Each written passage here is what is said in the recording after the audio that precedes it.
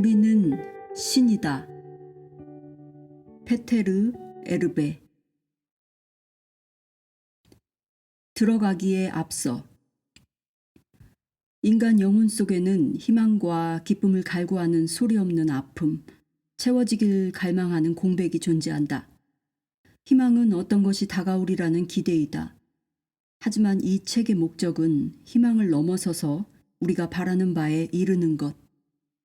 영혼이 혼돈과 슬픔과 침체의 검은 구름에서 벗어나 찬란한 빛과 사랑의 높이로 올라가는 것이다. 이 책의 메시지들은 가장의 베일을 찢고 우리 시대가 겉모습과 달리 그 어느 때보다 살아가기에 가슴 벅찬 시대임을 밝혀줄 것이며 우리 영혼이 다시 한번 솟구치도록 다시 한번 영성의 끝없는 모험, 삼라만상이 새롭게 거듭나는 자유 속으로 풀려나도록 고무해 줄 것이다. 인류 전체를 놓고 볼 때 몇몇 근본 물음들에 답해야 할 필요성이 과거 어느 때보다 더 뚜렷해지고 있다. 스트레스에 짓눌린 사람들과 조난당한 경제, 시간만큼이나 끝없이 이어지는 재난 소식들, 높은 곳에서 내려다보는 제3자의 눈에 비친 인류가 결코 평온하면서도 차분한 목적의식으로 가득 찬 존재가 못 된다는 건 부정할 수 없는 사실이다. 놀랍게도 우리 시대의 가장 학식 있는 지식인의 삶에서조차 고귀한 목적의 상실이 공통된 특징이 되고 말았다. 누군가에게 두려움과 부족이라는 신념 체계로 다져진 자신의 현실을 의심하도록 만들 때 마주치는 건 10중 8구 분노이다. 인간의 성역은 이런 신념들로 이루어져 있기에 이 성역에서 내용물을 제거한다는 것은 불경에 맞먹는 행위인 것이다. 우리가 동일시하는 것이 우리 현실을 이루기 마련이니 아무리 다수의 힘에 기대어 덮어보려고 해도 드러나는 개인의 불안감이야말로 참된 정체성의 결여를 확인해준다. 개별화된 개인이 다른 개별화된 개인과 묶인다고 해서 그것이 합일은 아니다. 그 같은 결합은 단지 서로의 분리를 재확인시켜줄 뿐이다. 개인들이 왁자지껄 모여든다고 해서 합창을 이룰 수는 없는 법이니 그런 식의 결합이 얼마나 오래 지속되는가는 언제나 개별 구성원들의 무지에 비례한다. 공공시설과 온갖 종류의 단체 그리고 교육 제도들은 집단 불안감을 드러내는 기구들에 지나지 않는다. 인간은 이런 기구들로 불구자들이 허약자들을 이끌어가는 사회를 만들어낸다. 학구적 노력이 제공하는 양식들 역시 지식을 찾는 인간 정신의 갈증을 채우지 못하고 있다. 그 대신 이 사회의 규범과 용인된 생활 방식으로 자리 잡아온 것은 아무리 현란하게 꾸며댄다 해도 결국은 위선과 이중잣대였다. 인류가 자기 부정의 선잠 속에 머물러 있거늘 어떻게 자신의 위대하고 강력한 잠재력을 두드려 본다는 희망이라도 품을 수 있겠는가? 우리는 내면의 공허를 덮어줄 마취약을 구해서 싸울 명분을 다시 찾거나 우리의 무관심을 노골적으로 심화시키는 것에서 도피처를 찾곤 한다. 사실 전쟁과 유혈은 어느 시대나 세상 어딘가에서 항상 있어 왔다. 앞으로도 인류가 자신의 악몽에서 깨어나지 않는 한 서로 싸우거나 저항할 명분이 부족한 일은 결코 벌어지지 않을 것이다. 석가모니와 예수 같은 영적 거인들을 비롯하여 수백 명에 달하는 선지자와 예언자들 그리고 인류에게 비탄의 종식을 약속하면서 누구라도 도달할 수 있는 사회의식의 초월 상태가 존재함을 보여주는 온갖 뛰어난 문헌들이 일으킨 충격에도 불구하고 인간은 거의 잠에서 깨어나지 못해왔다. 우리에게는 진정한 낙원을 만드는 데 필요한 모든 요소들, 즉 장대한 행성과 무한한 인간 잠재력이 주어져 있지만 우리는 그것을 만물을 잇게 한 영성, 즉 우리의 기원 자체인 창조주와의 접촉을 완전히 잃은 영적 무지라는 황무지로 바꿔버렸다. 우리는 오로지 물질 가치에만 헌신하는 세상의 공허를 진보라는 얇은 널빤지 뒤에 감춘 채 우리 자신만이 아니라 지구까지도 파멸시켜가고 있다. 하나의 사회로서 우리는 이제 막다른 골목으로 내몰리고 있다. 어머니인 지구가 우리가 바라보는 곳 어디에나 이글거리는 경고판을 세워놓고 있지만 우리는 여전히 그런 태도 자체, 다시 말해 우리 자신을 치유하기보다는 그런 태도가 빚어낸 결과들을 고쳐보려고 애쓴다. 치유된 자아는 온전한 나여서 그런 나에게서 나오는 행동 또한 온전한 것일 수밖에 없지만 영적 존재로서 인간이 황폐해질 때 나오는 결과는 비전이 유배당하고 믿음이 감금당하는 사회이다. 비전 없이는 어떤 방향도 잡을 수 없기에 우리는 어떻게든 이 구멍을 메워보려고 애쓰면서 다람쥐 쳇바퀴 돌듯 빙빙 돌다 가는 전쟁 따위의 캐캐묵은 방법을 우리 문제의 해결책으로 다시 써보는 것이다. 그러면서도 우리는 여전히 지치지도 않고 의학 분야를 비롯한 온갖 분야에서 징후를 원인으로 다루길 고집하고 기쁨을 여흥으로 대신하며 우리 영혼의 공허를 물질로 채우려 한다. 정작 우리가 가야 할 곳과는 점점 더 멀어지는 쪽의 길에서 벗어나길 완강히 거부하면서 정말로 우리가 보아야 할 것에서 고집스럽게 얼굴을 돌리는 것이다. 하지만 내세울 것이라곤 교조밖에 없는 교회나 정부는 우리가 찾는 답을 갖고 있지 않다. 사실 둘 다 법정에 세워놓으면 내놓을 대답은 많겠지만 말이다. 자기 삶에 대한 책임을 받아들이는 대신 우리는 계속해서 제도와 공식 기구들에게 해답을 찾아달라고 부탁한다. 손쉽긴 하지만 아무 해답도 제시하지 못하는 탈출구에 매달리는 것이다. 하지만 책임감이란 본디 자신의 진짜 필요에 답하는 능력이지 다른 누군가가 답할 때까지 기다리는 능력이 아니다. 오늘날 우리는 이런 식의 정신자세가 가져온 결과들을 더없이 분명하게 마주하고 있다. 우리가 필요하다고 생각하는 것과 진짜로 우리에게 필요한 것은 같지 않다. 아기는 사탕이 필요하다고 생각하지만 엄마는 아기에게 필요한 것이 영양과 사랑임을 안다. 아무나 잡고 삶의 의미, 목적이 무엇인지 물어보라. 그러면 그가 얼마나 자기 확신에 찬 사람인가에 관계없이 하나같이 침묵하거나 당황하여 우물거리는 모습을 보게 될 것이다. 삶의 의미를 모르거나 분명하지 않은 것이다. 삶의 의미가 없을 때 우리는 당연히 그것을 무의미하다고 규정한다. 말하자면 삶이 의미, 그 뜻을 잃어버릴 때 그것은 허튼 짓, 넌센스가 된다. 자신을 정면에서 마주보고 자기 삶의 넌센스를 인정하는 건 얼핏 보기에는 무척 황당하겠지만 실상 이것이야말로 삶의 의미, 그 잃어버린 뜻을 되찾기 위한 첫걸음이다. 인간을 잠에서 깨우기 위해 클라리온을 소리 높여 부르는 일이라면 장담컨대 사실 무척 쉽다. 하지만 사람들에게 눈을 뜨고 있으라고 달래기는 대단히 어려운 과제일 것이다. 우리가 물어야 할 질문은 단 한 가지. 나는 누구인가 뿐이다. 그리고 그 대답은 I am, 나이다. 그 나머지는 주석에 불과하다. 하지만 인간 의식의 현 각성 단계에서 이런 대답은 거의 아무런 의미도 없다. 고대의 지혜는 우리에게 사람들이여 너 자신을 알라. 그러면 너는 우주의 주인이 되리라 라고 말했다. 나는 지금 무슨 문이든 열 수 있는 황금 열쇠인 자기 암, 셀프 날리지, 신비론자들이 유구한 세월 쉬지 않고 인류에게 알리고자 애써왔던 의식, 만인의 유산이자 동시에 속세 체험을 넘어서는 의식에 대해 이야기하고 있다. 찰나의 세상을 겉모습대로 인식하는 것에 마침표를 찍고 오로지 기쁨만을 아는 존재 상태 말이다. 우리가 해야 할 일은 이것을 바라는 것뿐이다.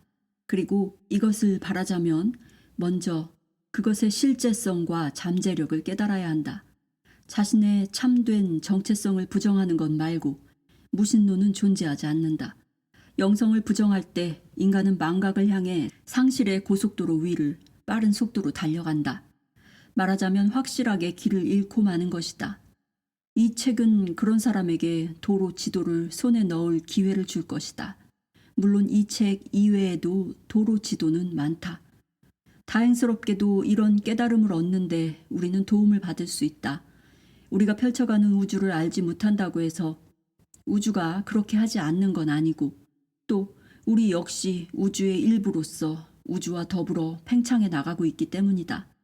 하지만 풀과 나무는 바람이 부는 대로 몸을 굽히지만 대다수 인간은 바람이 불어오는 방향이 어느 쪽인지조차 모른다. 우리는 저항하면서 물살을 거슬러 헤엄치려 한다. 그 결과 물결 따라 우리를 바다로 다시 돌아가게 하는 자연스러운 흐름이 되어야 할 헤엄치기를 힘겹고 번잡한 일로 만들고 마는 것이다. 우리 시대의 특징은 우주 에너지의 전환, 두려움에서 사랑으로의 변화이다. 이것은 본질에서 자기 정체성에 대한 재규정이다. 온갖 겉모습들과는 딴판으로 이 시대는 우주의 봄이다. 황량한 겨울 동안 긴 겨울잠에 빠져있던 인간 의식들 중 많은 수가 무성한 생명의 나무를 싹 틔우기 위해 씨앗을 터뜨릴 준비를 하고 있다. 사실 이미 여기저기서 씨앗들이 터지고 있으며 하루하루가 지날 때마다 더 많은 영혼들이 잠에서 깨어날 조짐을 보이고 있다. 진화를 향한 압력은 생명들의 걸음걸음마다 드러날 정도로 영향력을 쌓아가고 있으니 날카로운 관찰자라면 누구라도 점점 더 깨달음의 확장으로 우리를 몰아가는 힘이 존재한다는 사실을 부정하지 못할 것이다. 그 결과 지금은 기존 현실의 환멸을 느낄 정도로 곳곳에서 불만이 팽배해 가고 있다. 물론 이것이 공공연하게 인정받는 사실은 아니다. 하지만 그 같은 감정이 실제하는 건 명확한 현실이다. 진부한 학문과 사회 가치들은 빛과 진리를 찾는 영혼의 갈증을 더 이상 달래주지 못한다. 이 때문에 많은 사람들이 기존 무대에서 벗어나 출구를 찾아 달려간다. 하지만 그들은 방향을 잃고 있어서 어디서 꺾어야 할지를 모른다. 가로 방향을 세로 방향으로 잘못 알고 모호한 상태로 원을 따라 돌던 그들은 결국 막다른 길에 부딪히고 만다. 그리하여 막다른 길이라는 말 그대로의 상황이 벌어지고 있는 것이다. 자신을 모르고 사는 건 정체성 없이 사는 것이고 어둠 속에서 사는 것이다. 우리는 인류가 어둠 속에서 살고 있다는 사실을 인정해야 한다. 물론 대다수 사람들은 아직 그런 요구조차 깨닫지 못하고 있지만 그래도 상관없다. 그들 역시 예정되어 있다. 왜냐하면 그들의 시간도 오게 될 것이기 때문이다. 하지만 이따금 동요와 불안을 느끼거나 인간의 기존 방식에 완전히 질려버린 사람들도 있다. 이들은 근본 물음에 대한 대답에 목말라하며 자신들의 채워지지 않음을 날카롭게 의식하고 있다. 이들의 가슴은 무겁고 이들의 마음은 혼란스럽다. 하지만 장담컨대 탈출구는 분명히 존재한다. 그 탈출구를 보여주는 것이 이 책의 목적이다. 나는 누구인가? 나는 무엇하러 여기에 있는가? 이 모든 것의 의미는 무엇인가?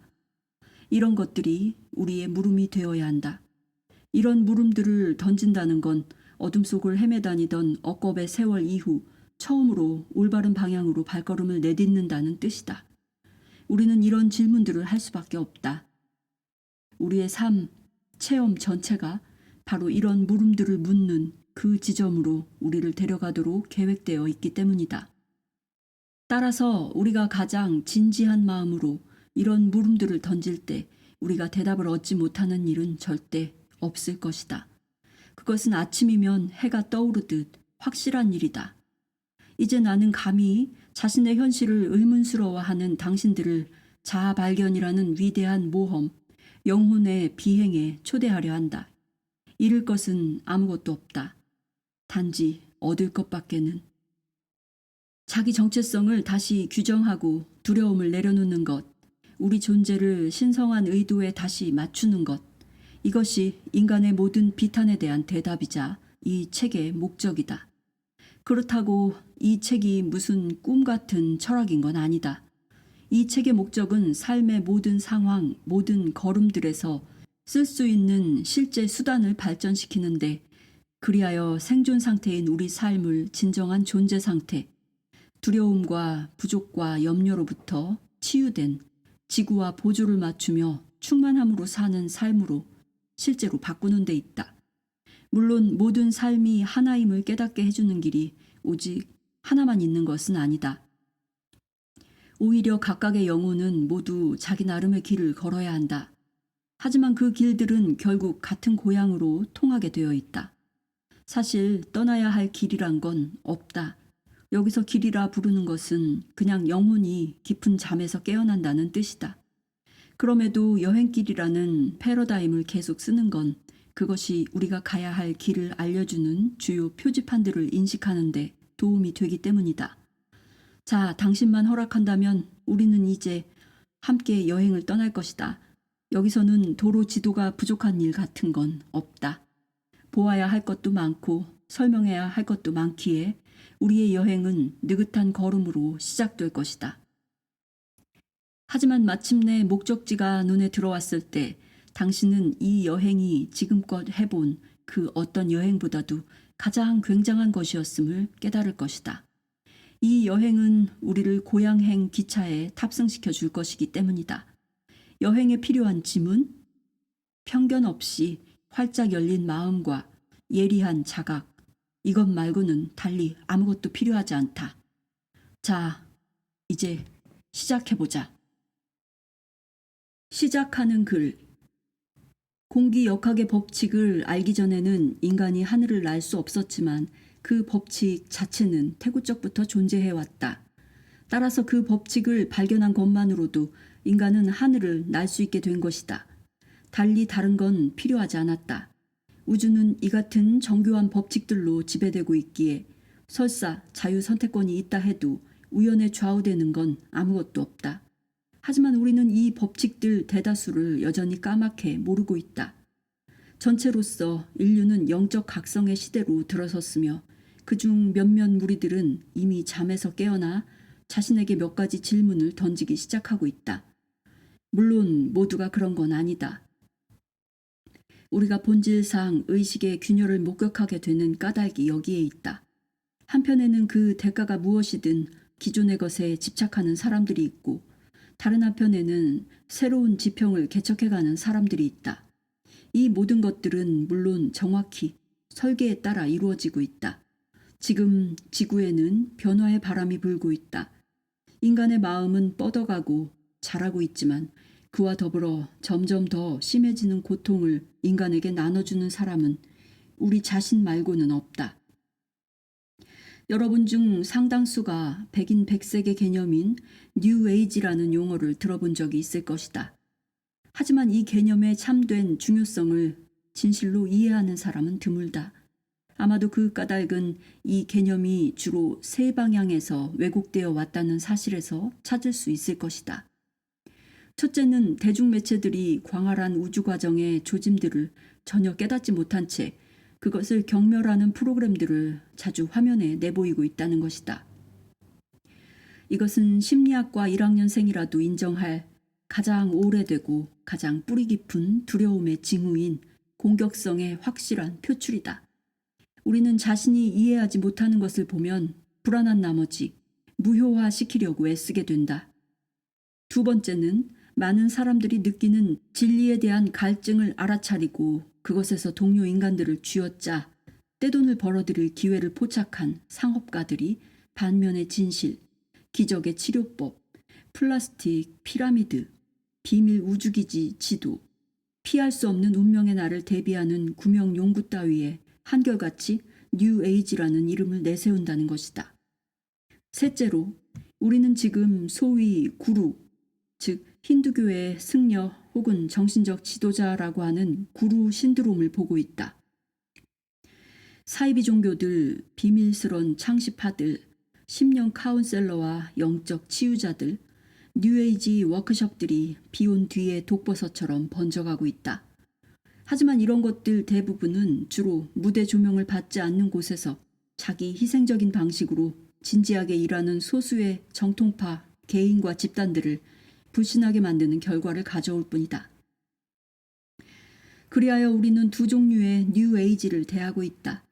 하나는 새로운 또 하나의 교조를 만들어내면서 갈구하는 많은 영혼들을 딴죽을 걸어 넘어뜨리는 수백만 달러짜리 국제 산업이니 바로 이런 게 신을 상업화하면서 목마른 영혼들에게서 돈을 긁어내는 존재 산업이란 것이다.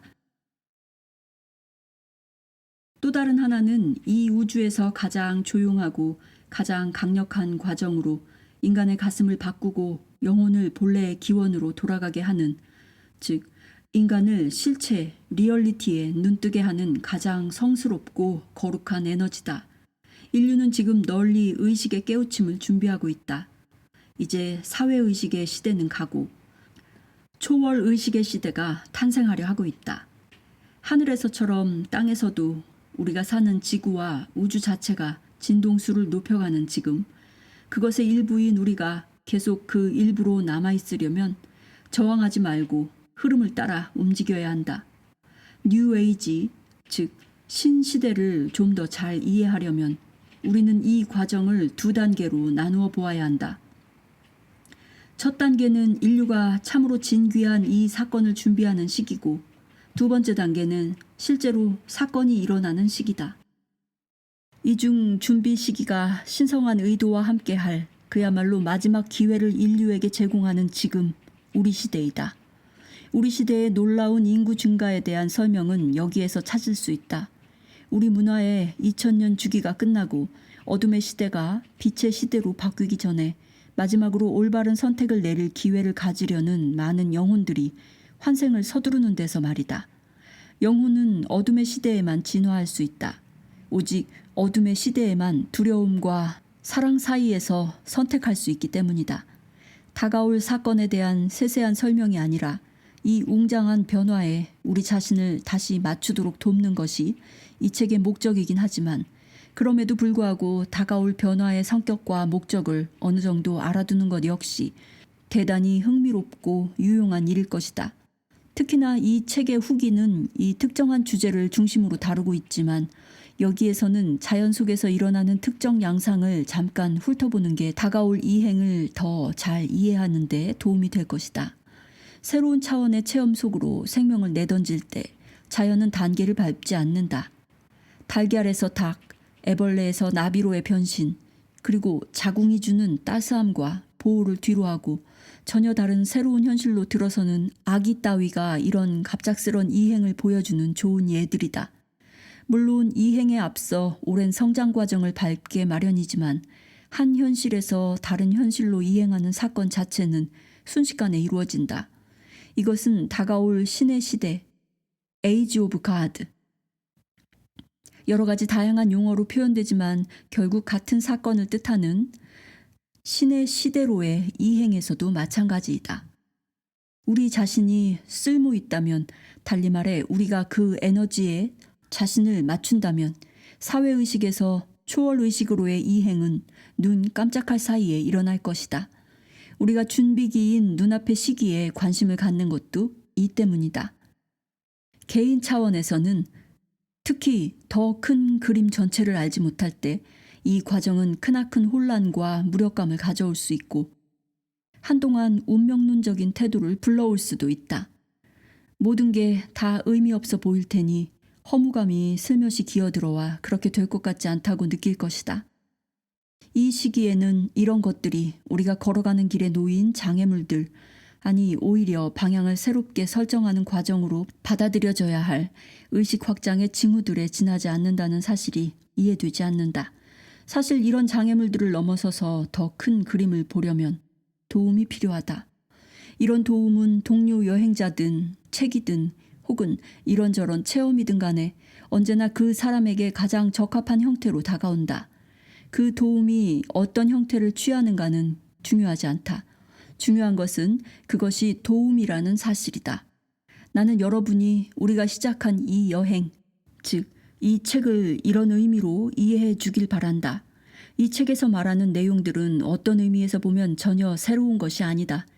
전혀 그렇지 않다.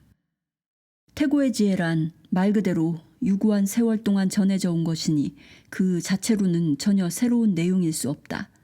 다만 같은 음악이라도 어떤 사람은 연주회장에서 피아노로 연주하는 걸 좋아하지만 다른 사람은 신새벽 산봉우리에서 플루트로 연주되는 걸 더 좋아하듯이 내용은 같더라도 사람마다 더 끌리기도 하고 덜 끌리기도 하는 표현 형태가 있게 마련이다. 삼라만상은 나름의 진동수로 진동하고 있으며 우리 역시 각자의 진동수에 따라 그것들에 공명하고 반응한다.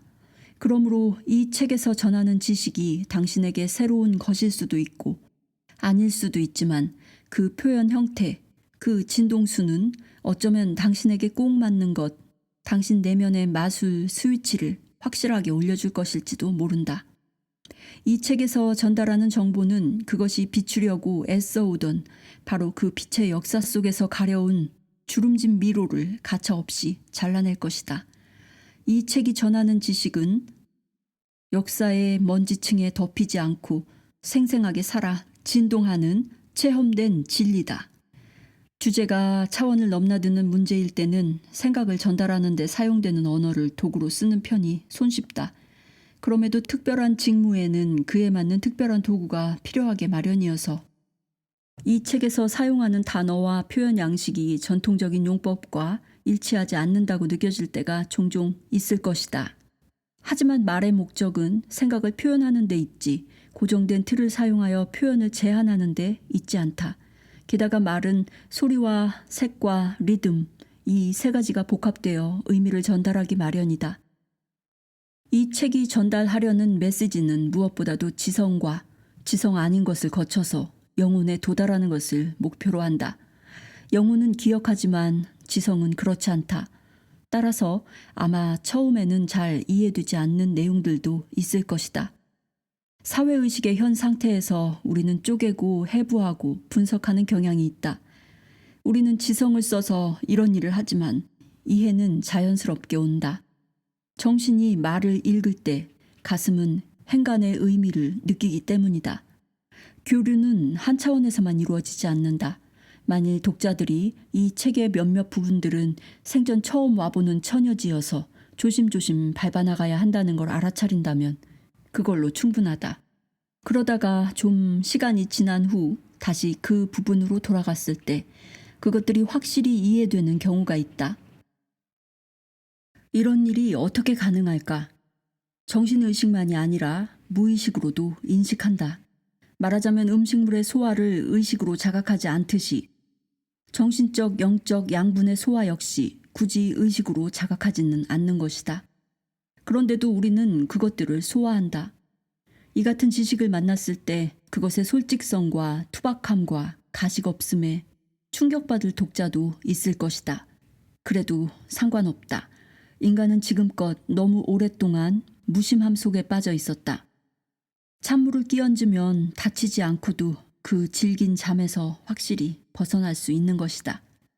이 책이 의도하는 바는 우리 자신을 신인 나, 즉 신나에 다시 맞추도록 진흙으로 빚은 인간 클레이맨을 넘어서서 다시 한번 신인 가드맨이 되도록 돕는 것이다. 여기에서의 주제는 또 하나의 종교나 그렇고 그런 교리가 아니다. 전혀 그렇지 않다. 인간을 기어다니는 아기에 비유했을 때 종교는 아기가 기어다닐 수 있게 도와주는 버팀목이나 뼈대 같은 것이다. 하지만 우리 자신을 다시 한번 근원의 창조주에 맞출 때 우리는 이제 그 버팀목을 버리고 똑바로 서서 발을 굳게 내디디며 걷는 법을 배울 것이다. 두려움이란 우리의 신성한 근원인 나인 신, God I am, 신 나와 우리를 분리시키는 환상의 장막에 지나지 않는다. 두려움을 벗어버리자면 먼저 그것의 본성과 원인을 깨달아야 한다. 이 책은 비길 데 없이 성스런 이 과업을 해내기 위해 먼저 우주의 근본을 설명하고 그것들의 확실한 적용을 위한 보다 상세한 설명으로 나아갈 것이다. 이를 위해 우리는 샛길로 빠지지 않도록 최대한 신경 쓰면서 아무리 흥미있는 것일지라도 특정 개념들을 애써 규정하거나 주변 문제들을 너무 자세히 파고들려는 경향은 피하고자 한다. 이 책의 전개 방식에는 참된 인식이라는 우리 의식의 장대한 도구를 발달시키기 위해 일부러 깔아놓은 분명한 패턴이 있다. 참된 인식은 잠과 깨어남 사이를 이어주는 다리다. 일단 참된 인식이 이루어지고 나면 이 다리를 건너는 일은 기쁨에 찬 춤을 추는 것과도 같을 것이다. 따라서 마음을 옆길로 새게 만들 뿐인 멈춰서서 장미 향기를 맡아보려는 모든 유혹은 무시된다. 이 강의의 목표는 너무나 정교해서 우리가 이제부터 시작하려는 여행의 목적지에 도달하지 못하는 경우란 있을 수 없다. 그리고 나서 일단 우리의 새로운 통찰력이 현실 속에 자리 잡게 되면, 즉 그것을 일상생활 속에 받아들이고 나면 우리는 이 원리들이 실제로 작용하니 놀랍게도 진리는 참되다는 것을 깨닫는 굉장한 발견을 하게 될 것이다. 그때 우리는 자신의 곤고함과 고통의 원인이 우리가 무지해서 그 지식의 열매를 거부해온 데 있음을 깨달을 것이다. 내가 내 정원에 있는 벚나무의 존재를 모르는데 어찌 벚지 열매를 수확하길 기대할 수 있겠는가? 그야말로 결실 없는 상황인 것이다. 그런데 법칙에 친숙해지는 것과 그것을 실제로 적용하는 건 전혀 다른 문제이다. 다시 말해 벚나무에 대해 아는 것만으로는 충분하지 않다. 심지어 벚지 열매를 수확하는 것으로도 충분하지 않다. 오직 그 벚지 열매를 맛볼 때만 우리는 벚지에 대해 알 수 있다. 우주 법칙의 의미, 그 체험은 우리에게 궁극의 지식을 준다. 그러려면 우리는 먼저 그런 법칙들의 존재 자체를 알아야 한다. 따라서 실제로 중요한 것은 이 지식에 접근하는 우리의 태도다. 우리는 우리가 준 것을 되돌려받게 마련이다. 물론 그런 건 이미 다 알고 있다고 하더라도 상관없다. 그건 그냥 컵이 가득 차서 더 이상 채울 수 없다는 뜻일 뿐이니까 말이다. 하지만 우리가 개념과 독단과 견해와 지금껏 자신을 노출시켜온 온갖 사회 상황들로 가득한 자신의 컵을 비울 수 있을 때, 혹은 컵은 가득 차 있지만 마실 때마다 소화불량으로 고생한다는 걸 깨달을 때, 우리는 고됨과 평범과 위선에서 목적과 방향과 성취와 기쁨으로 가득한 삶으로 바꿀 온전한 기회를 가질 것이다. 일단 진리의 본질을 자기 것으로 만들고 난 사람은 모든 두려움의 공통 원인을 깨달아 더 이상 두려워하지 않게 되므로 자신이 가졌던 사고 체계가 믿을 수 없음을 깨닫게 된다. 그럴 때 공급 부족이라는 환상은 그냥 흩어져 사라지고 만다. 독자 여러분은 아무런 두려움도 염려도 없는 마음 상태를 어렴풋이나마 짐작할 수 있겠는가? 신과 더불어 평화로운 가슴을? 우리가 가슴 속에 그 끔찍한 공허를 마주한다면 그토록 덮어버리려고 애쓰면서 수천 가지 의미 없는 행동들에 의미심장한 이름들을 붙이고 난 뒤 그것들의 중요성을 실제로 믿어버리는 행동들로 가득한 그 공허를 마주한다면 어떻게 될까? 또 우리가 이 내면의 공백을 용감하게 직시하고 생전 처음으로 그토록 갈망하던 평온을 우리 영혼에게 가져다주는 목표의식과 방향감각으로 이 공백을 채우기 시작한다면 어떻게 될까? 그것은 우리 자신에게 달려있다. 하지만 앞에서 말했듯이 이런 진리들을 손에 넣자면 뭐니 해도 활짝 열린 마음과 예리한 자각이 필요하다. 아마도 틀림없이 많은 사람들이 여기서 이야기하는 내용들 대부분을 믿지 못할 것이다. 그래도 전혀 상관없다. 여기서 필요한 건 진리를 인정하는 것이 아니라 그것에 익숙해지는 것이다. 사실 이것이 바로 진리가 작동하는 방식이다. 언제인가 기존 틀로는 맞지 않거나 별 도움이 되지 못하는 상황을 경험할 때 우리는 여기서 익숙해졌던 진리를 기억해낼 것이다. 그런데 놀랍게도 그것이 들어맞고 도움을 주고 해명해준다. 말하자면 우리의 믿음을 굳혀주는 적용을 경험하게 되는 것이다. 따라서 열린 마음이야말로 가장 중요한 전제 조건이다. 순수한 마음으로 새로운 영역을 개척해보고 싶어하는 사람들조차 새로운 사상이나 마음속에 새겨두었던 정신적, 감정적 홈들을 지우는 상황에 직면할 때는 엄청난 저항을 느끼는 법이다. 자아 발견의 여행을 실제로 출발하기 전에 익숙해져야 할 몇 가지 기본 원칙들이 있는데 특히나 열린 마음이 필요한 건 이런 경우들이다. 이 책의 구조는 층계에 오르기에 비교될 수 있다. 꼭대기까지 오르려면 한 번에 한 계단씩 오르는 게 가장 좋다.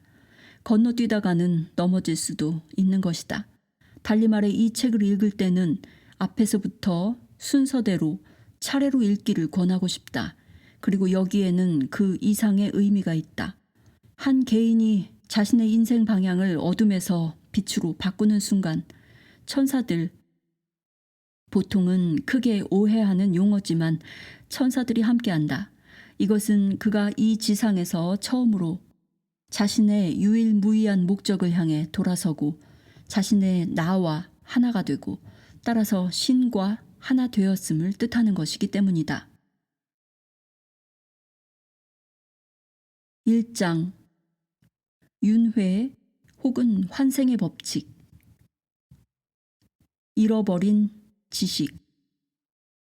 유스티니아누스 교황 치하이던 기원전 533년 바티칸 공의회에 모인 카톨릭 교회의 원로들은 경전에서 환생과 관련된 가르침들을 빼버리기로 결정했다. 그 가르침들을 그냥 두고서는 지옥과 넘실거리는 불길, 두려운 신이라는 이미지를 유지할 수 없었던 것이다. 교회의 권력은 두려움이라는 자기 근거를 잃을 판이었다. 재탄생의 수레바퀴에 대한 이해는 벌이라는 개념과 심판하는 신이라는 개념을 완전히 제거해버릴 수도 있는 일이었다. 하지만 이런 개념들 없이 과연 누가 신을 두려워하겠는가? 또 그렇게 되면 어느 누가 교회를 필요로 하겠는가? 동양인들이 수천 년 동안 그래왔던 것처럼 초기 기독교도들인 에세네파, 즉 고대 유대의 금욕주의, 신비주의의 한 파로서 이 에세네파 사람들 역시 윤회의 원리를 알고 있었다. 그런데 이제 이 잃어버린 지식에 대한 기억이 서양의 정신 속으로 서서히 다시 스며들고 있다. 사실 그 외에 다른 무엇으로 삶의 외면상 부당함을 설명하고 정당화할 수 있겠는가? 윤회의 사상과 관련해서는 뛰어난 여러 문헌들이 이미 존재하고 있다. 따라서 윤회 문제를 더 이상 자세히 파고들 필요는 없을 것이다. 다만 여기서는 그것이 진화의 원리로서 존재한다는 사실, 즉 그것이 물질 영역 속으로 들어갔다가 다시 나오는 영혼의 여행, 달리 말해 퇴화와 진화의 여행에서 필수적인 도구라는 사실만을 지적하고자 한다. 여기서 말하는 진화의 의미를 다윈의 진화론과 같은 뜻으로 해석해서는 안 된다. 그런데 환생의 원리를 놓고 참으로 조야한 사상들이 판을 치는 상황이니 우선 이 개념을 어느 정도 명확히 할 필요가 있을 것이다. 이런 사고방식에 익숙하지 않은 사람들이 이 개념을 이해하려 할 때 가장 큰 장애물은 서양식 세계관에서 나온 의식은 물질의 부산물일 뿐이라는 이론이다. 하지만 이보다 더 진리에서 먼 이론은 없다. 물질이야말로 정신 혹은 기껏해야 의식의 부산물에 지나지 않기 때문이다. 우리는 흔히 육신 속으로 다시 들어가는 것을 뜻할 때 환생이란 용어를 쓴다.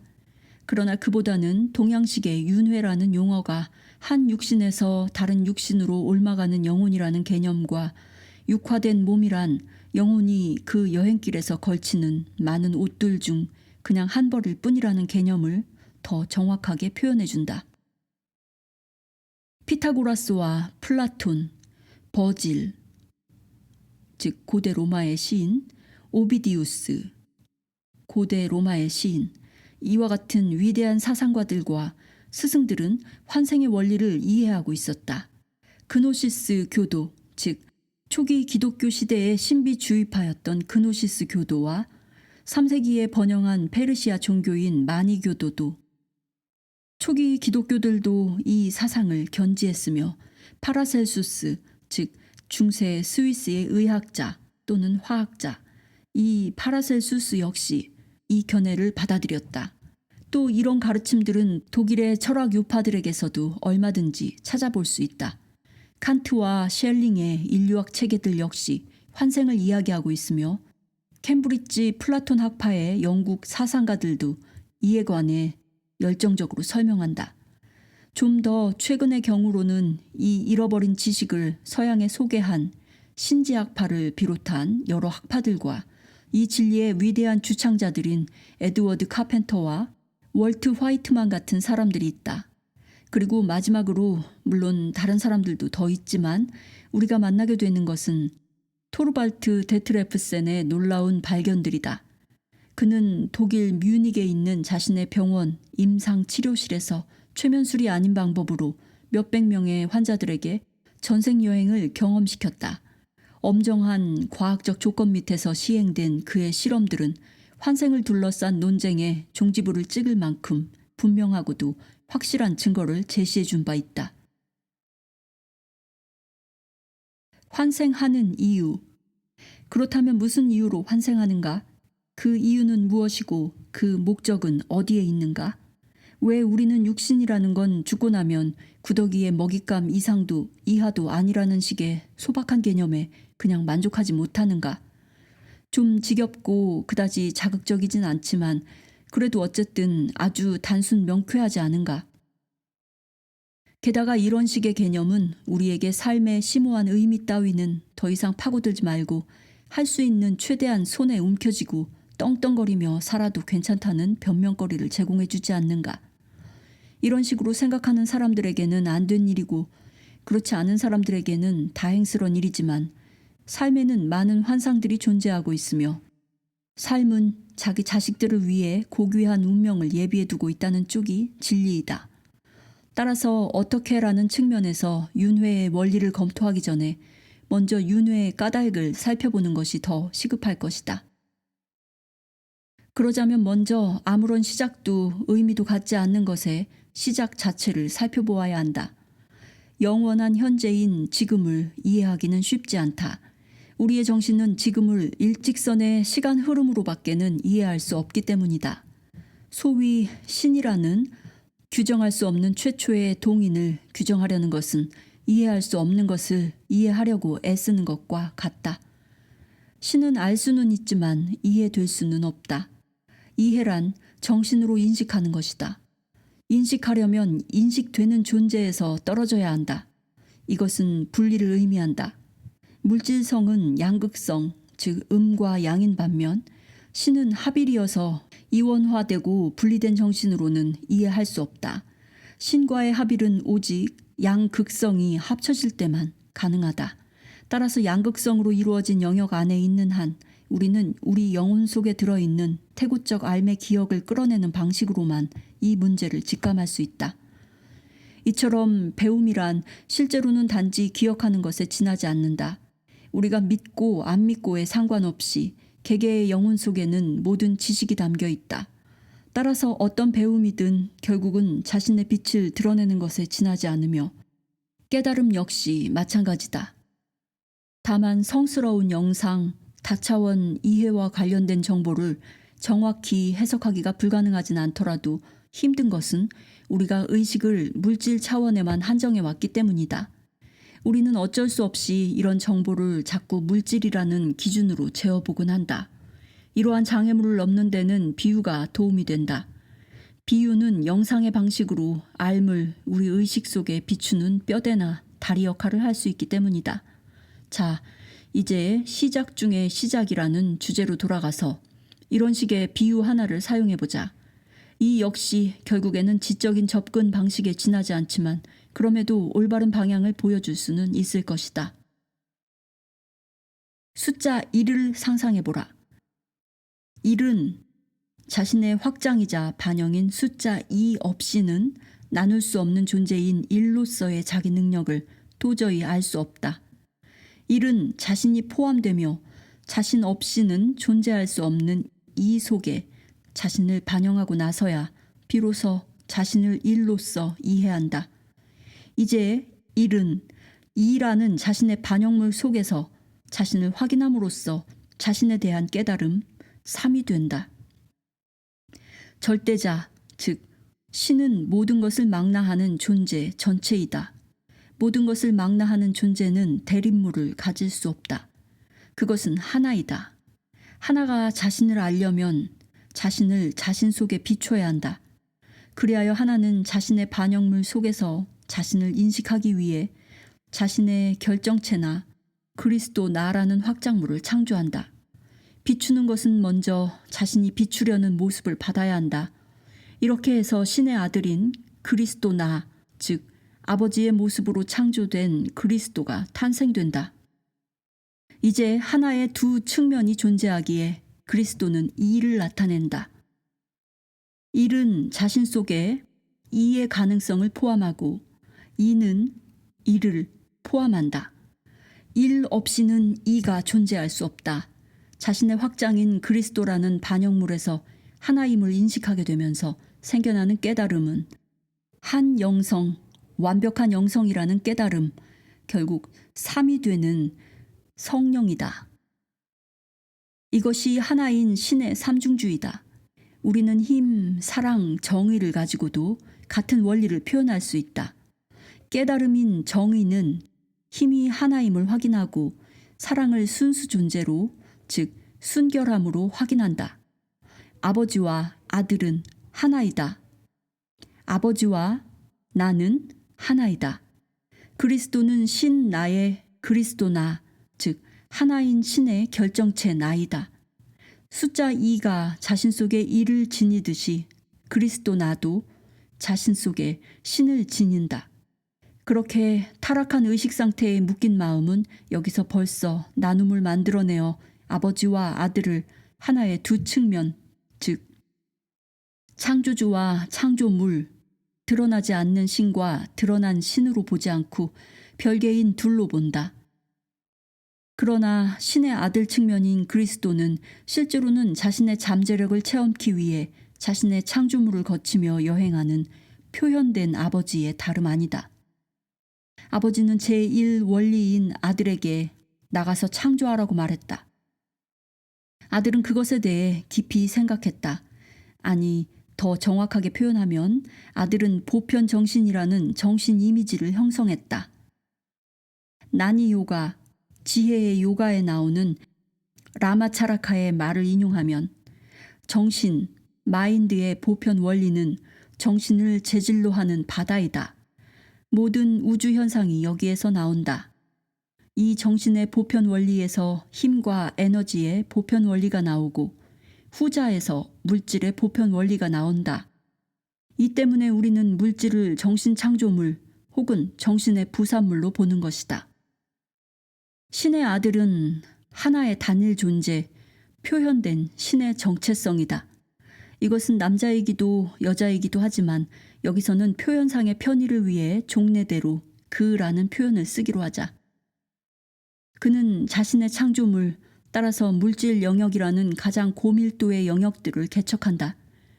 물질은 신체만으로 한정되지 않는다. 신체는 가장 낮은 진동수로 진동하는 물질 부분에 지나지 않는다.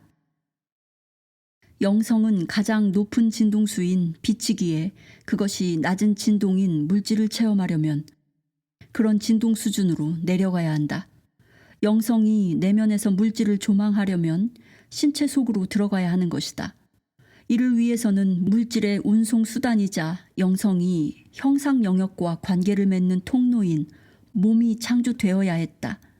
이렇게 해서 일직선 시간으로 치면 억겁의 세월 동안 계속되어 온 하나의 과정이 시작되었다. 영성이 자신의 도래에 적합한 형상 영역을 준비하기 위해 물질의 진동수를 사랑으로 부드럽게 끌어올리는 과정이, 이 과정은 처음에는 옅은 몸체들에서 시작되어 서서히 밀도 높은 진동으로 접근해 갔다. 영성은 이 과정을 준비하고 촉진하기 위해 자기 의식의 단편들, 잘디잔 조각들을 형상의 세계로 들여보냈다. 영성이 물질에 생명을 불어넣어 식물과 동물, 간단히 말해 생물을 존재케 한 것이다. 그런데 이 경우에 그리스도 의식의 이 조각들이 형상 세계에서 자신을 잃어버리고 자기 나름의 정체성을 꾸며낼 위험이 있었는데 이런 위험은 실제로 우리의 현실이 되고 말았다. 의식이 자신의 근원에서 추락하여 참 나와의 연결을 잃고 만 것이다. 이 같은 타락은 의식의 원자들, 즉 조각들이 가장 고밀도의 창조물인 신체 형상계 속으로 들어가기 훨씬 전에 일어났다. 우리는 자신을 나눠진 존재로 상상하는 조각들이다. 하지만 실제로는 한 존재뿐이니 이것은 머릿속에서 지어낸 정체성에 불과하다. 영혼은 그리스도 나가 자신의 창조물을 경험하는 발견 여행에서 사용하는 으뜸 가는 속옷 혹은 운송수단이다. 이것은 그리스도 나가 결코 벗지 않을 한 벌의 의복이다. 이것이 없다면 그리스도 나는 생각을 잡아둘 수 없다. 생각은 그리스도 나를 그냥 지나가 버릴 것이고 모아지지 않을 것이다. 말하자면 영성은 양극성의 영역을 체험하고 몸을 발달시키며 비교로 배우기 위해 물질의 옷을 입는 것이다. 따라서 이제부터 이 책에서 사용되는 영혼이란 용어는 전통적인 존재라는 의미와 함께 기능 측면이 아닌 그리스도 나에 맞는 의복이란 의미로 이해되어야 할 것이다. 영혼이 자기 근원과 다시 합친다고 해서 자신만의 진동수, 즉 개별성을 잃는 건 아니다. 그것은 자신의 개별성을 그대로 지닌 채 나눠진 상태에서만 벗어난다. 영혼이 양극성의 세계로 들어가기 위해서는 양극성 자체로 들어가야 했다. 따라서 영혼은 자신을 남성 에너지와 여성 에너지라는 양극성으로 나누어야 했다. 이 때문에 모든 영혼은 자신의 반대극성을 짝 영혼, 소울메이트로 갖게 된다. 물론 모든 영혼은 하나의 신, 한 나의 표현이기에 결국은 모두가 모두의 짝 영혼이긴 하지만 말이다. 몸이 신체로 수태될 때 이미 그 육신을 담당할 영혼이 존재한다. 하지만 그 영혼이 실제로 몸 안으로 들어가는 것은 수태 시기에서부터 1년 정도 늦춰질 수도 있다. 1차 영성인 그리스도 나는 신체가 태어나는 순간 첫 들숨과 날숨으로 양극성 영역에 참여하는 순간 양극성의 세상으로 들어와 자신의 근원과 목적을 잊는다. 반면에 자궁 속에 있는 동안은 여전히 알고 있어서 어떤 언어로 말을 걸어도 영성은 이해한다. 예를 들어 신체 위치가 정상 분만 과정에 바람직하지 않을 때 그 영혼에게 사랑과 보살핌을 확인해주면서 몸을 바른 방향으로 돌리길 요구하면 제왕절개를 피할 수 있다. 그것은 듣고 이해하고 따른다. 그래서 얼마 후에는 태아의 몸이 바로 돌아가 있게 되는 것이다. 자궁 속에 있는 동안 영혼은 모든 것을 이해한다는 사실이 뜻하는 바는 실로 엄청나다. 이제 우리는 낙태를 둘러싼 논의를 다른 각도에서 고려해 볼 수도 있을 것이다. 자신을 전혀 원하지 않음을 듣고 느끼는 영혼은 상처를 입게 마련이다. 일단 영혼이 양극성의 세계로 들어오고 나면 영혼은 자신의 새로운 세계를 뒤집힌 방식으로 인식한다. 거짓 자기에 대해 배울 때 곧 보게 되겠지만 우리가 이 세상을 인식하는 방식은 진리, 곧 신에 대한 체계적인 부정이다. 우리는 모든 것을 실체와 정반대되게 인식한다.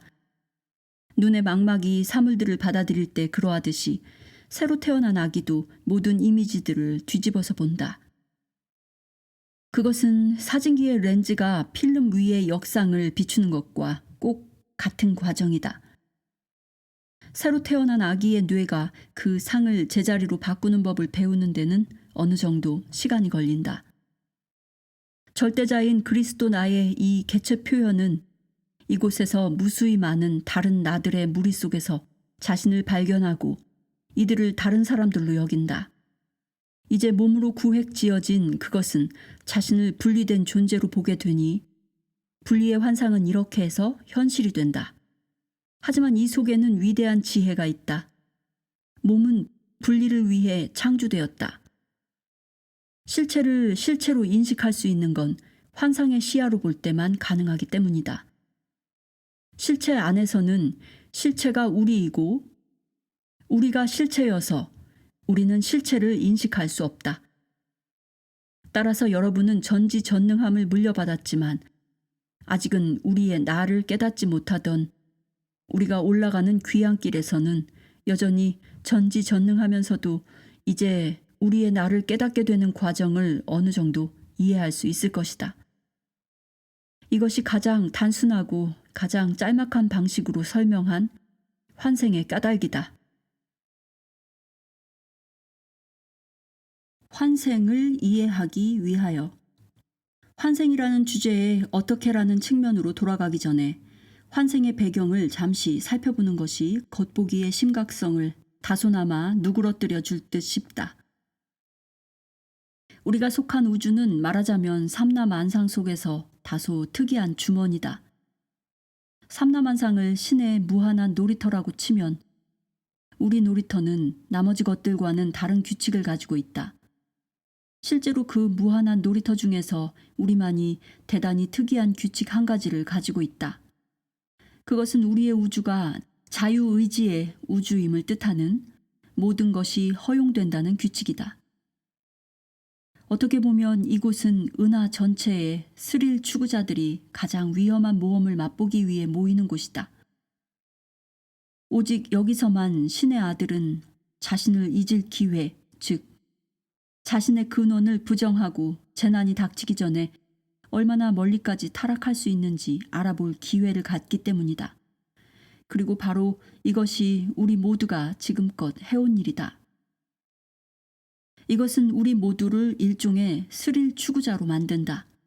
다소 자유분방한 비유를 사용하면 환생 과정에 들어있는 잠재 위험은 번지와 연결되어 있다는 사실을 잊은 번지 점퍼의 위험과 비슷하다. 이와 흡사하게 어둠 속에서 길을 잃은 영혼은 자신의 근원과 연결되어 있다는 사실을 잊은 채 빛으로 되돌아갈 자기 나름의 길을 찾아내야 한다. 이것은 대다수 영혼들에게는 우리의 시간 계산법으로 몇십 조년을 필요로 하는 과정이다.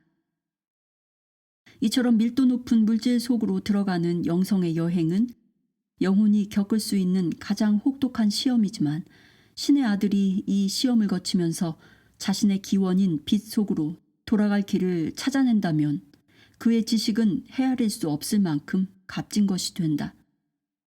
그는 삼라만상의 가장 심오한 신비 속으로 들어가서도 자신을 잃지 않는 방법을 배운 것이다. 이것은 그를 참으로 숭고한 스승이자 도움 주는 자의 위치에 서게 한다.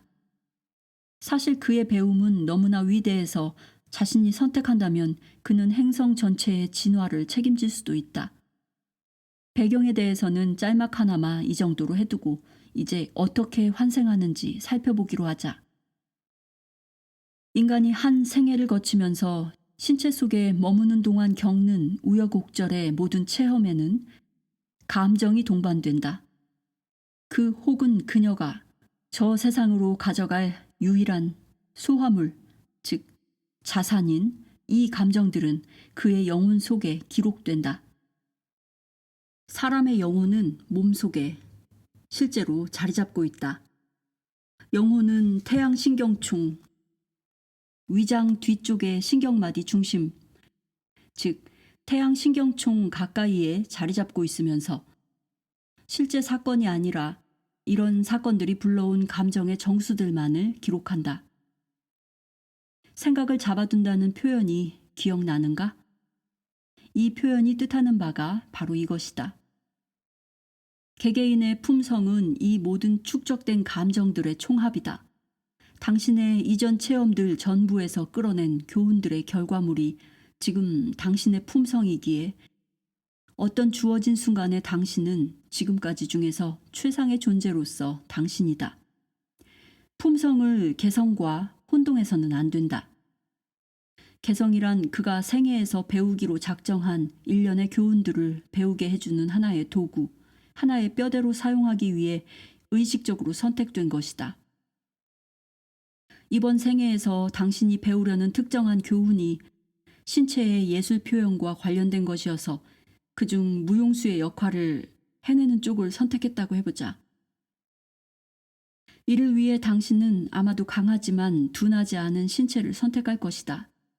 이처럼 개성상의 특징들은 그 생애에서 주어진 역할에 맞게 선택된다.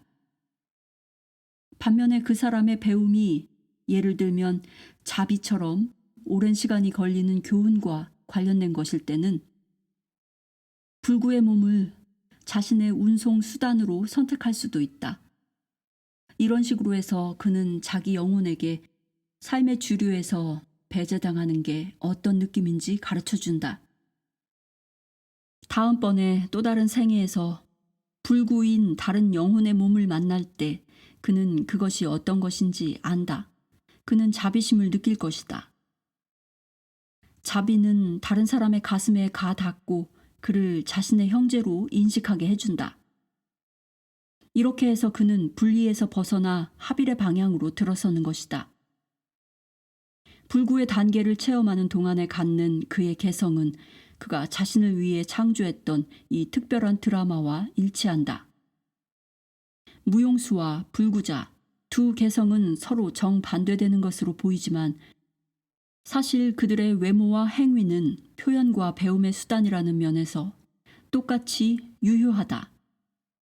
일단 이것을 이해하면 단순히 머리가 아닌 가슴으로 진실로 이해하면 범죄자와 권력 중개인, 노예 상인, 아동 강간범, 도둑 따위의 소위 불순분자들을 심판하기는 불가능하다.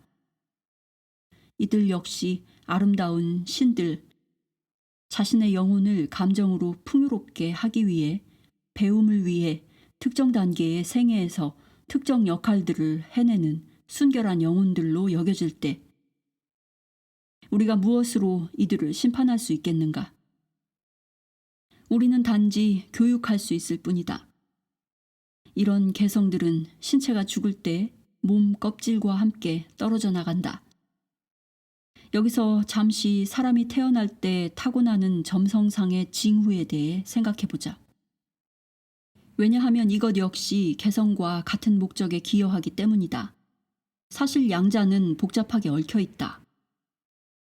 영혼은 특정한 교훈 혹은 가능하다면 일련의 교훈들을 배우기 위해 그런 기질과 성격들을 지닐 수 있는 시간대로 출생 시간을 의도적으로 선택한다. 그렇다고 해서 누구나 자신의 12궁에만 얽매인다는 이야기는 전혀 아니다. 어떤 생애 동안에 배움이 아주 잘 진행된다면 그는 자신의 황도대의 12궁보다 더 많이 자랄 것이고 그 뼈대 역시 한 발 앞선 교훈을 배우기에 적합한 다른 궁의 성질에서 도움을 받을 만큼 확대될 것이다. 이 사실은 별자리 운세가 그 사람의 인생을 지배한다는 널리 퍼진 견해가 잘못된 것임을 말해준다. 실제로는 정반대다. 우리 쪽에서 먼저 그것을 선택하는 것이며 또 필요하다면 다시 선택할 수도 있는 것이다. 그런데 이 지점에서 영혼은 실제 사건이 아니라 오직 감정만을 기록할 뿐이라는 견해에 의문을 제기할 사람도 있을 것이다. 사건들이 기록되지 않는데 어떻게 과거 삶으로의 퇴행, 즉 전생 여행이 있을 수 있는가? 분명히 퇴행하는 당사자는 사건과 그에 따른 감정 전체를 다시 체험하면서 개개 사건들 하나하나를 또렷이 설명하지 않는가 말이다. 이런 의문을 이해할 수 있는 방식으로 대답하자면 또 다른 비유의 도움을 받아야 한다. 일직선의 시간과 공간은 오직 양극성의 영역에서만 일어날 수 있다. 왜 그런가는 나중에 보게 되겠지만 실제로 존재하는 것은 시간 자체가 아니라 오히려 영원한 지금이다. 시간이 없으니 미래와 과거 역시 존재하지 않는다. 그렇다면 이 사실이 과거 삶이나 미래 삶과 관련해서 우리를 데려가는 곳은 어디인가? 아마 여러분은 손쉽게 아무데로도 데려가지 않는다는 결론을 내고 싶겠지만 사실은 전혀 반대로 어느 곳, 아니 차라리 어느 때로나 데려간다는 게 정답이다. 사실 생애들은 일직선으로가 아니라 나란히 평행으로 존재하고 그것들은 항상 존재한다. 미래 생애와 과거 생애들 역시 마찬가지다. 여기서 약간의 정신적 현기증을 경험할 사람들이 있을지도 모르겠다. 정신은 이 사실을 부정하려 들 것이다. 이것은 일직선 사고, 양극성의 원리의 근거에서 짜인 자신의 프로그래밍과 맞지 않기 때문이다. 하지만 다음의 설명이 그 영상을 명확히 보여줄 테니 마음을 편히 가져도 좋다. 몇백만 권의 장서가 있는 공공 도서관을 머릿속에 그려보라. 책 한 권마다에는 하나씩의 이야기가 들어있다. 각각의 이야기는 처음부터 끝까지 이미 존재하고 있다. 이 책들 한 권 한 권이 각각 한 생애를 나타난다고 가정해보자. 책들은 도서관에 나란히 함께 꽂혀 있다. 하지만 어떤 한 책의 이야기를 경험하자면 처음과 끝이 이미 같이 존재한다고 하더라도 그 이야기를 처음부터 끝까지 일직선 형태로 쫓아가야 한다. 이제 우리는 예언가들이 어떻게 미래를 보게 되는지 대충 알 수 있을 것이다. 그것은 주인공의 운명을 훔쳐보려고 책 뒷부분을 미리 들춰보는 것과 어느 정도 비슷하다. 이 도서관 비유는 아카식 레코드, 즉 예언자이자 치유자인 에드가 케이시는 우주의 모든 운명이 하늘 도서관에 모두 기록되어 있다고 하면서 이를 아카식 레코드라고 불렀다. 즉, 이 아카식 레코드라는 용어에 익숙한 사람들에게도 도움이 될 것이다. 이번에는 잠시 우리가 영화관에서 꽤 괜찮은 영화를 보고 있다고 상상해보자. 우리가 따라가는 영화의 줄거리는 감긴 필름판 위에 이미 존재하고 있다. 아니, 줄거리 전체가 이미 기록되어 있다.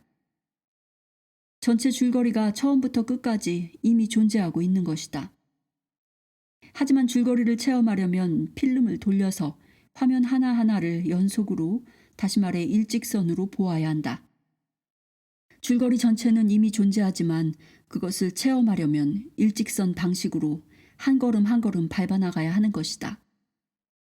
이렇게 해서 시간이 생겨난다.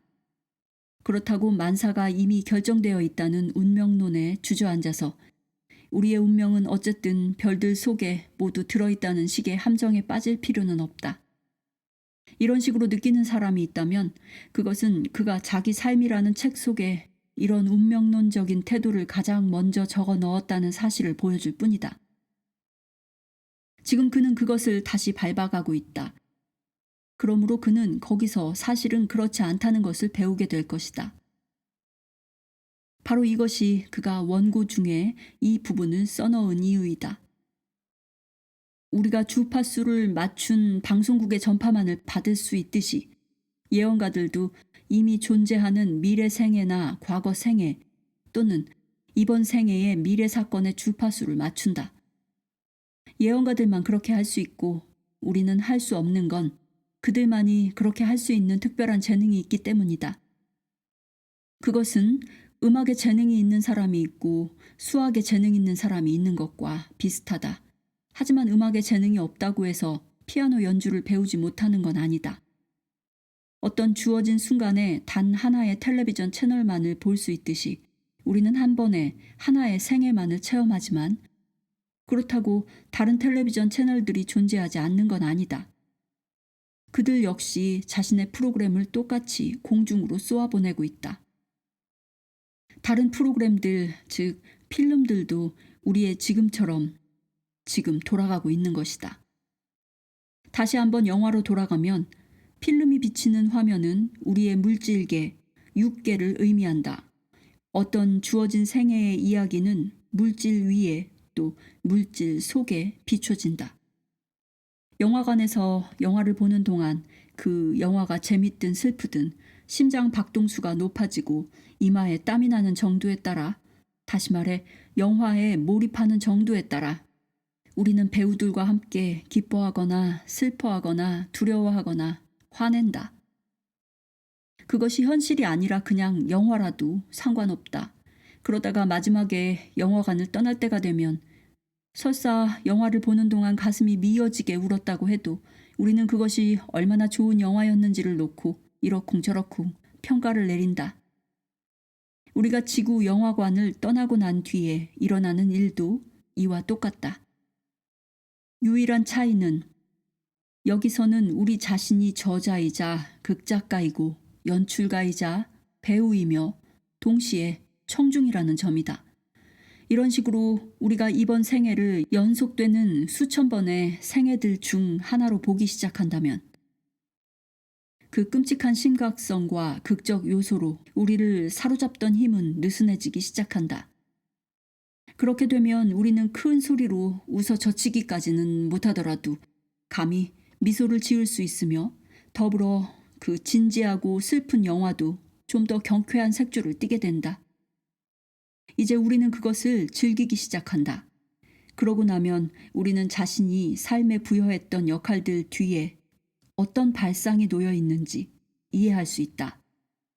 또 희생양이라는 개념 역시 있는 그대로, 다시 말해 삶에 대한 뒤집힌 인식에 지나지 않는다는 걸 깨닫게 된다.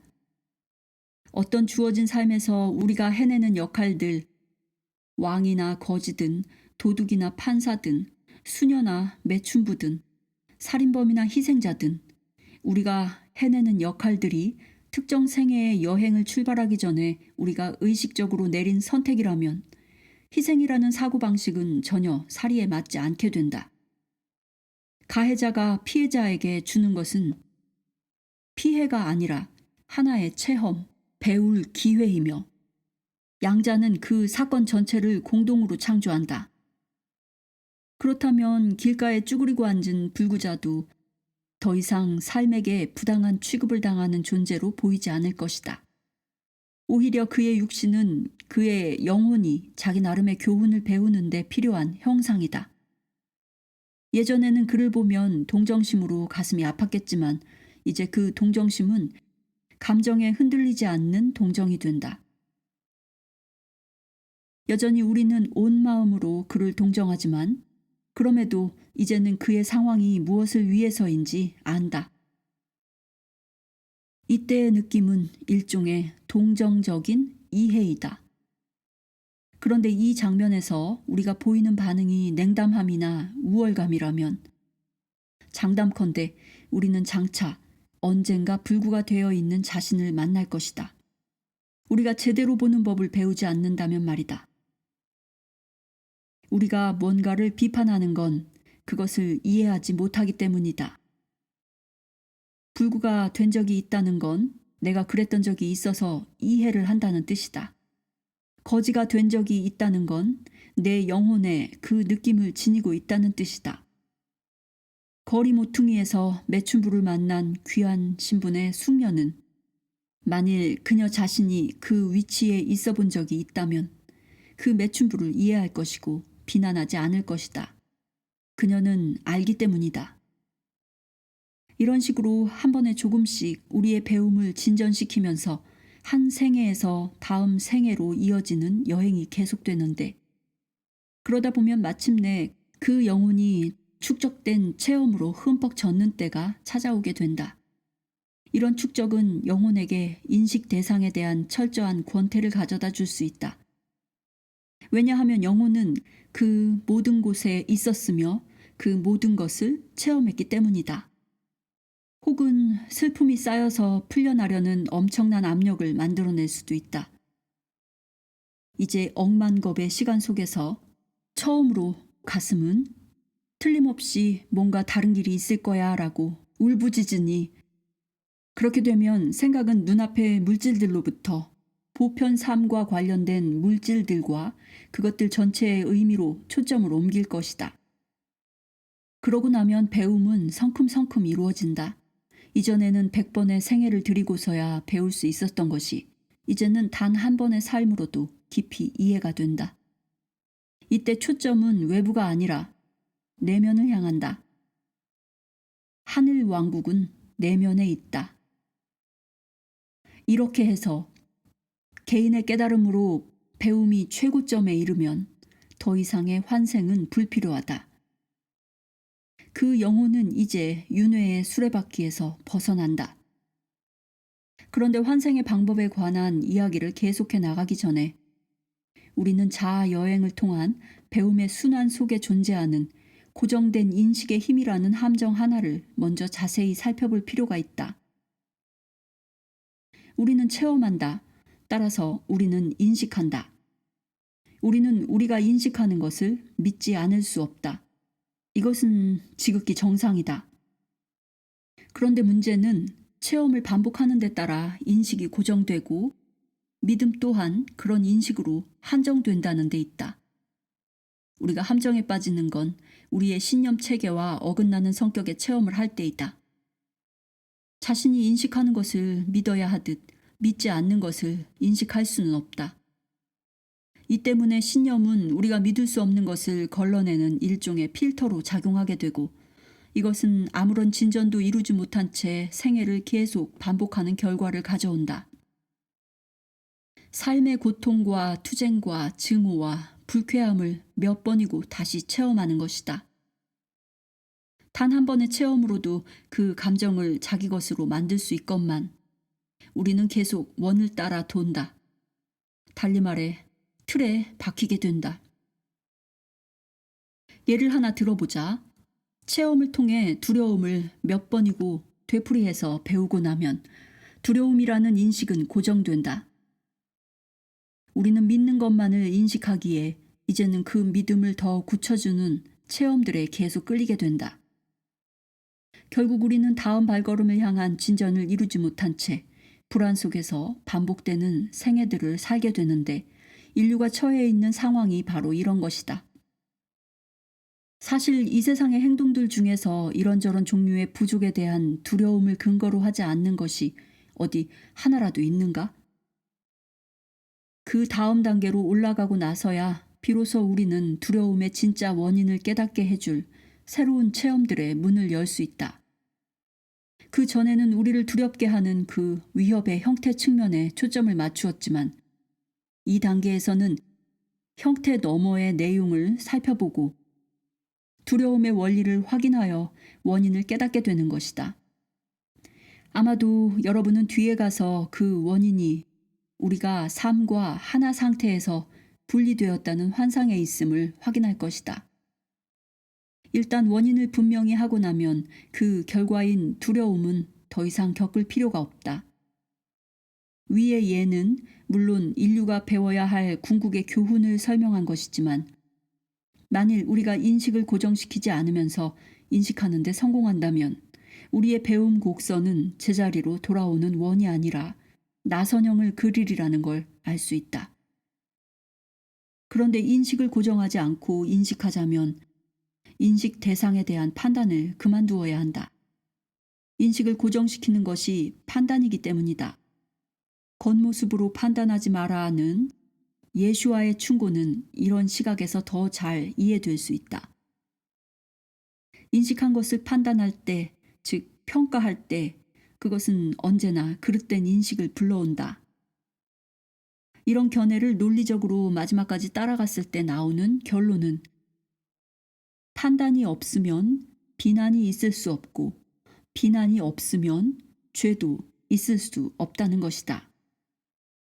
죄가 없으면 용서 역시 무의미하니 용서할 필요가 없는 상태란 결국 순수 존재인 순결함의 상태, 즉 깨달음의 상태일 수밖에 없다. 이 고정화의 효과를 짤막하게 개괄하면서 우리는 중심 함정을 다시 만나게 된다. 즉 체험의 반복은 판단의 반복을 가져온다는 함정. 이것은 습관이 된 인식을 만들어낸다. 습관이 된 인식은 정신 속에 움푹 팬 홈과 같은 것이다. 홈이 깊어질수록 홈 속에 든 우리의 믿음도 고정된다. 되풀이할수록 홈은 더 깊어지고 그만큼 홈에서 벗어나기도 더 힘들어진다. 이제 우리는 악순환의 고리 속에 갇힌 것처럼 보인다. 당연히 여기에서 떠오르는 의문은 어떻게 이 홈에서 벗어날 것인가이다. 이 책이 우리에게 그 열쇠를 줄 것이다. 홈 속에 있는 동안 우리는 홈이 제공하는 체험에 휘말려 그것에 집착한다. 결과로서 그것의 성격을 깨닫지 못한 채 그것을 원인으로 여기면서 상황을 개선하려고 하는 것이다. 하지만 형태는 원인이 아니다. 그것은 언제나 결과이다. 징후인 결과를 다루는 것으로는 징후를 제거하거나 바꿀 수 있을 뿐이다. 모든 악의 뿌리 원인은 분리의 환상에 있다. 우리는 그릇된 정체성 속에서 자신은 여기서 찾고 삶은 저기서 찾으면서 신을 그림의 떡으로 여기는 것이다. 물질 영역으로 들어가는 이 여행을 시작함으로써 자아는 자신을 낙원에서 추방했고 자신의 기원, 자신의 근원을 잊었다. 하지만 사실 우리는 안전하게 집에 있으면서 꿈속을 여행하고 있을 뿐이다. 꿈이 아니고서야 어떻게 분리되어 존재한다는 환상이 가능하겠는가? 그 꿈이 아무리 현실처럼 보여도 꿈은 그냥 꿈일 뿐이다. 당신이 아이 옆에 앉아서 아이가 꾸는 악몽의 결과들을 보고 있다고 상상해보라. 아이는 신음하고 끙끙대고 몸을 뒤치락거리고 뒤튼다. 아이는 꿈속에서 두려움을 체험하면서 너무나 두려워 땀까지 흘린다. 이때 당신이 아이의 애정 깊은 부모라면 어떻게 하겠는가? 그렇다고 해도 아이의 꿈속으로 들어가 꿈을 바꿔줄 수는 없는 일 아닌가? 그런데 참을 수 없는 상황을 바꿔달라고 필사적으로 신에게 기도할 때 우리가 하는 일이 바로 이런 것이다. 이것은 꿈에서 깨어나는 대신 꿈을 수정하려는 신드롬을 설명해 준다. 이런 해석이 기도의 가치를 평가절하하는 건 아니다. 사실 가슴에서 우러난 것일 때 기도는 인간이 자신의 신성인 참 나인 그리스도 나와 다시 접촉할 수 있는 알려진 것들 중에서 가장 고귀한 방식이자 가장 뛰어난 도구이다. 이제 다시 아이 곁으로 돌아가 보자. 당신이 아이에게 줄 수 있는 유일한 도움은 아마도 아이의 뺨을 부드럽게 때리든지 아이를 건드려서 얘야 일어나 그렇지 않아 하고 말하는 것일 게다. 누구든지 꿈에서는 깨어날 수 있을 뿐이다. 그러므로 홈에서 벗어날 수 있는 방법도 영혼이 물질계를 경험하며 머무는 바로 그 목적인 깨어나는 것이며 이런 저술들의 목적 역시 동방의 지혜가 몇천 년 동안 마야 위대한 환상으로 알아왔던 그 거창한 꿈에서 깨어나도록 돕는 데 있다. 우리를 꿈의 결박에서 자유롭게 풀어주는 것은 환상에 대한 참된 인식이다. 참된 인식은 기적을 받아들여 치유하게 한다. 기적에는 어려움의 정도가 없다. 그것은 우리가 인식하는 문제가 어렵든 쉽든 신경 쓰지 않는다. 그 정도는 상관없다. 참된 인식은 우리가 많은 문제라고 여기는 지점에서 단 하나의 문제, 즉 하나 상태에서의 분리라는 문제만을 알기 때문이다. 한 문제이기에 가져다주는 대답 역시 하나다. 물론 우리가 기적을 초대하여 받아들인다면 말이다. 사실 우리가 기적이라고 부르는 것은 우리의 방어벽을 넘어뜨리고 밀려들 진리의 다름 아니다. 그렇게 되면 치유는 즉석에서 이루어진다. 이런 주장은 필자 개인의 직접 체험에 근거하고 있다는 사실을 강조해두고 싶다. 환생과 환생 사이. 육신이 죽고 난 후의 존재 상태는 영혼의 휴식기라고 규정할 수 있을 것이다. 그것은 휴식과 회복과 소화의 시기이다. 영혼이 처음 자신을 발견하는 영역은 영계, 아스트랄계이다. 이것은 장소가 아니라 의식 상태다. 죽는다고 해서 영혼이 실체에 대한 그릇된 인식에서 벗어나지는 않는다. 사실 죽음 또한 환상의 주요 부분이다. 그릇된 인식에서 벗어나는 건 오직 육계에서 그 영혼의 배움이 어느 정도인가에 달려있다. 속세 체험이 대체로 행복했다 치더라도 영계의 체험은 그에 비하면 천국이지만 그 영혼이 모든 생명과 하나임을 더 깊이 인식했을수록 영계에서의 체험도 그만큼 더 행복하다. 이곳에서 영혼은 육신의 껍질이라는 조야한 물질성으로부터 자유로워진다. 이것만으로도 영혼은 힘겨운 한계를 인식하는 것에서 벗어난다. 영혼 역시 여전히 몸을 지니긴 하지만 그 몸은 짝인 육신과는 비교할 수 없을 만큼 무한히 였다. 휴식기가 지나고 나면 영혼은 의식 수준에 따라 에테르계, 정신계, 즉 멘탈계로 옮아가거나 더 배우기 위해 환생하는 쪽을 선택한다. 만일 이전 생애가 생존 차원의 일상사들하고만 관련된 것이어서 어떤 의미 있는 배움도 이루어지지 않았다면 영혼은 다시 한번 배움의 기회를 갖기 위해 또 다른 환생을 선택한다. 재출생의 이 순환은 글자 그대로 몇백만 번의 환생을 가져올 수도 있다. 육신의 필요를 넘어서서 보는 법을 배우고 자신의 가슴을 열면 그때부터 그 사람의 배움이 시작된다. 그렇게 되면 영혼은 영계에서의 휴식기 후에 에테르계로 옮아가서 자신의 배움 단계에 비례한 그곳에 머물게 된다. 배움이 높을수록 환생과 환생 사이의 기간도 길어진다. 생존 차원을 넘는 모든 배움들이 이곳에서 소화되는 것이다. 만일 속세 체험을 통해 모든 생명이 하나라는 더 크고 포괄적인 이해와 관련된 배움들을 받아들였다면 그 영혼은 에테르계에서 정신계나 원인계로까지 옮아갈 것이다. 계가 높아질수록 기쁨과 행복의 체험과 스릴이 더 크다는 건 말할 필요도 없다. 일단 속세 체험이 처리되고 배움의 본질이 소화되고 나면 영혼은 다음번 환생을 준비한다. 만일 배움이 보편적인 신과 자신이 하나라는 깨달음으로 최고점에 달한다면 이제 물질계에서의 배움은 더 이상 필요하지 않다. 그는 환생의 수레바퀴에서 벗어난다. 자, 이제 여러분은 속세가 어떻게 해서 갈구하는 영혼을 위한 학교가 되는지 좀 더 분명하게 이해하게 되었을 것이다.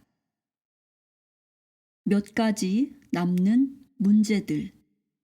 윤회의 원리라는 심오한 주제에서 떠나기 전에 잠시 옆길로 새어 조만간 여러분의 머릿속에 떠오를 몇 가지 주변 문제들에 대한 대답을 찾아보도록 하자. 이것은 윤회에 대한 여러분의 믿음을 굳히는 데 도움을 줄 것이다. 우선 뒤바뀐 영혼 혹은 뒤섞인 영혼이라는 문제가 있다. 여성성으로 자신을 체험하려는 영혼은 남성이기도 하고 여성이기도 하다는 사실을 잊지 말길.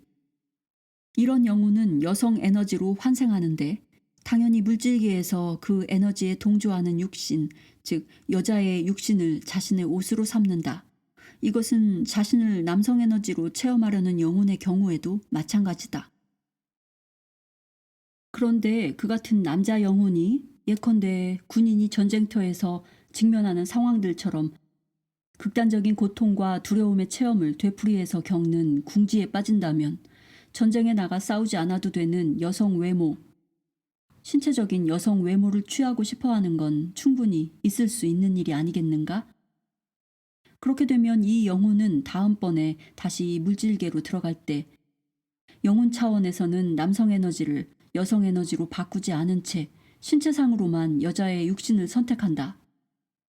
하지만 그는 상황이 겉보기와는 다르다는 사실만을 발견하게 된다.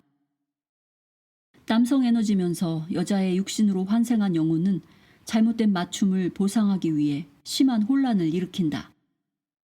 반면에 여성 에너지로 환생하는 영혼은 특히나 동방의 어떤 지역을 돌아다닐 때 자신이 발견하는 상황에 완전히 신물을 느낄 수 있다.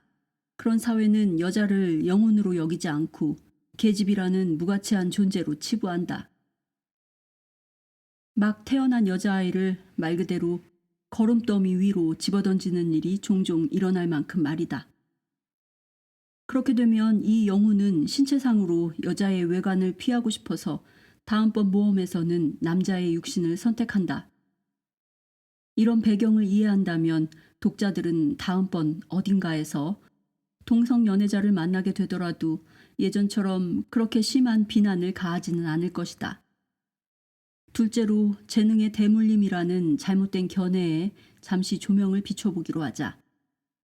모차르트를 예로 들면 그의 음악적 천재성은 자기 아버지에게서 물려받은 게 아니다. 오히려 그 가족이 제시하는 배경을 고려하여 대체로 보면 모차르트 쪽에서 그런 부모를 택한 것이다. 그 집안의 풍부한 음악적 전통은 실제로도 그가 의도하던 바에 바람직한 환경을 제공했다.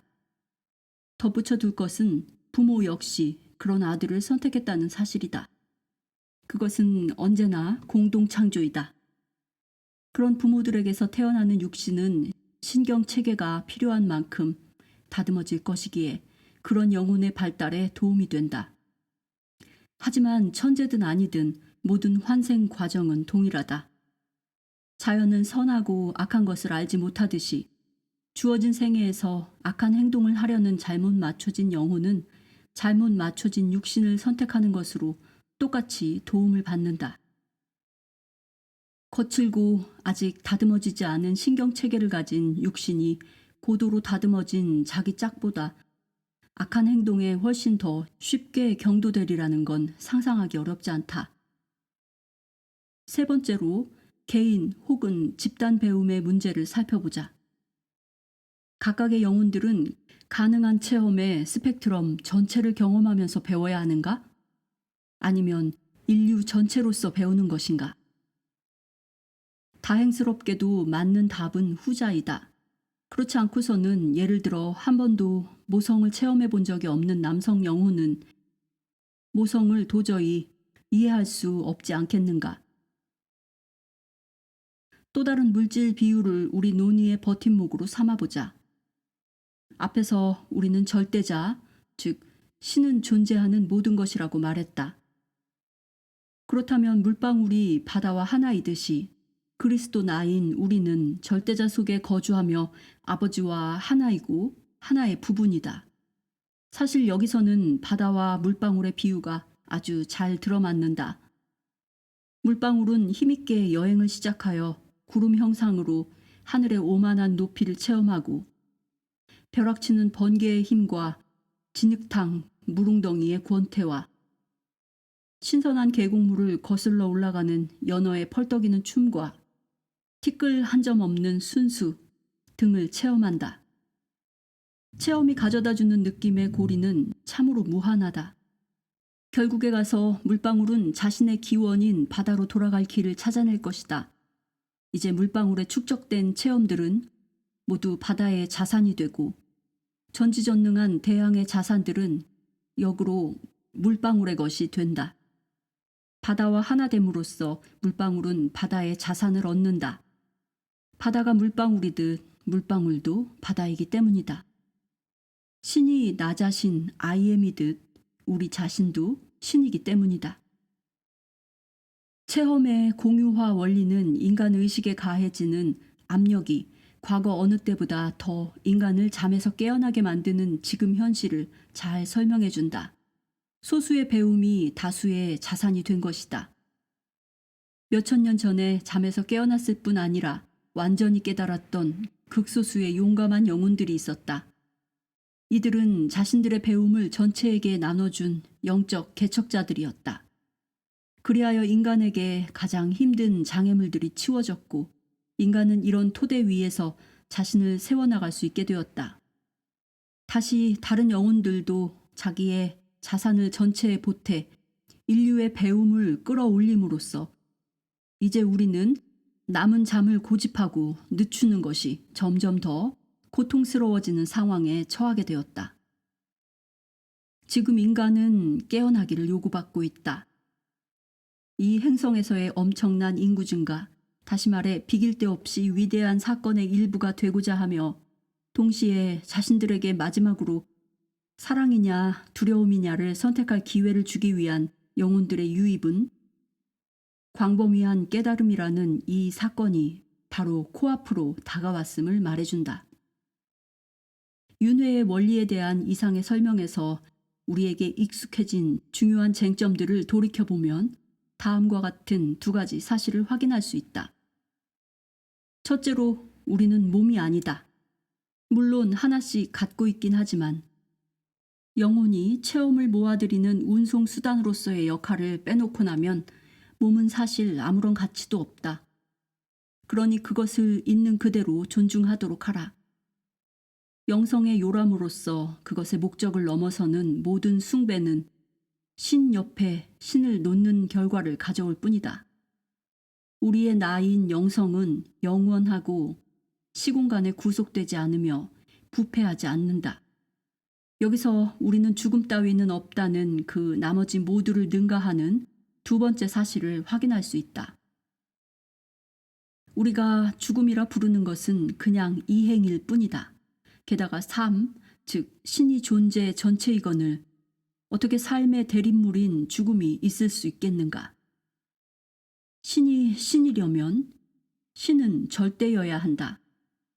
절대는 전부를 포괄할 수밖에 없고 전부를 포괄하는 건 논리만으로 따져도 대립물을 가질 수 없다.